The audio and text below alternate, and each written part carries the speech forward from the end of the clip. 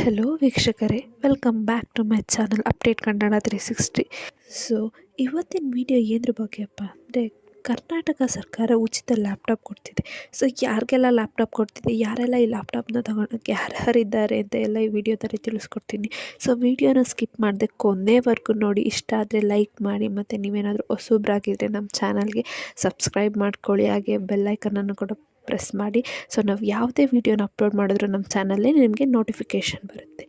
So ಯಾರಿಗೆ laptop ಕೊಡ್ತಿದ್ದಾರೆ ಅಂದರೆ, ಹೌದು ವೀಕ್ಷಕರೇ, ಮುಂಚೆನೇ ಹೇಳ್ದಂಗೆ first PUC and second PUC ಮಕ್ಕಳಿಗೆ ಫ್ರೀ ಲ್ಯಾಪ್ಟಾಪ್ನ ಕೊಡ್ತಾ ಇದ್ದಾರೆ. ರಾಜ್ಯ ಸರ್ಕಾರ ಫ್ರೀ ಲ್ಯಾಪ್ಟಾಪ್ನ ವಿತರಣೆ ಮಾಡ್ತಿದೆ.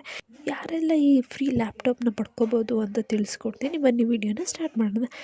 ಕಟ್ಟಡ ಮತ್ತು ಇತರ ನಿರ್ಮಾಣ ಕಾರ್ಮಿಕ ಕಲ್ಯಾಣ ಮಂಡಳಿಯಿಂದ ಕಟ್ಟಡ ಮತ್ತು ಇತರ ನಿರ್ಮಾಣ ಕಾರ್ಮಿಕ ಮಕ್ಕಳಿಗೆ ಶಿಕ್ಷಣ ಪದ್ಧತಿ ಅನುಕೂಲವಾಗಲಿ ಅಂದ್ಬಿಟ್ಟು ಫ್ರೀ ಲ್ಯಾಪ್ಟಾಪ್ಗಳನ್ನ ವಿತರಣೆ ಮಾಡ್ತಿದ್ದಾರೆ.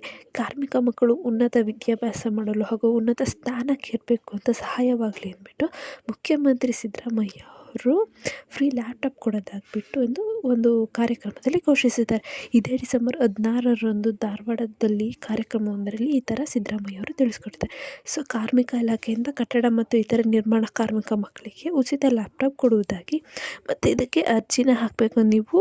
ಸೊ ಹೆಂಗೆ ಅರ್ಜಿನ ಹಾಕಬೇಕಂತೆಲ್ಲ ಒಂದು ನೆಕ್ಸ್ಟ್ ವಿಡಿಯೋದಲ್ಲಿ ತಿಳಿಸ್ಕೊಡ್ತೀನಿ. ಸೊ ಪುಟ್ ಇನ್ಫಾರ್ಮೇಷನ್ ನಿಮಗೆ ಇಷ್ಟ ಆದಲ್ಲಿ ವಿಡಿಯೋನ ಲೈಕ್ ಮಾಡಿ ಮತ್ತು ಸಬ್ಸ್ಕ್ರೈಬ್ ಮಾಡ್ಕೊಳ್ಳಿ. ಹಾಗೆ ಬೆಲ್ಲೈಕನನ್ನು ಕೂಡ ಪ್ರೆಸ್ ಮಾಡಿ. ಸೊ ಏನೇ ಡೌಟ್ಸ್ ಇದ್ದರೆ ಕಮೆಂಟ್ ಮಾಡಿ. ಧನ್ಯವಾದಗಳು.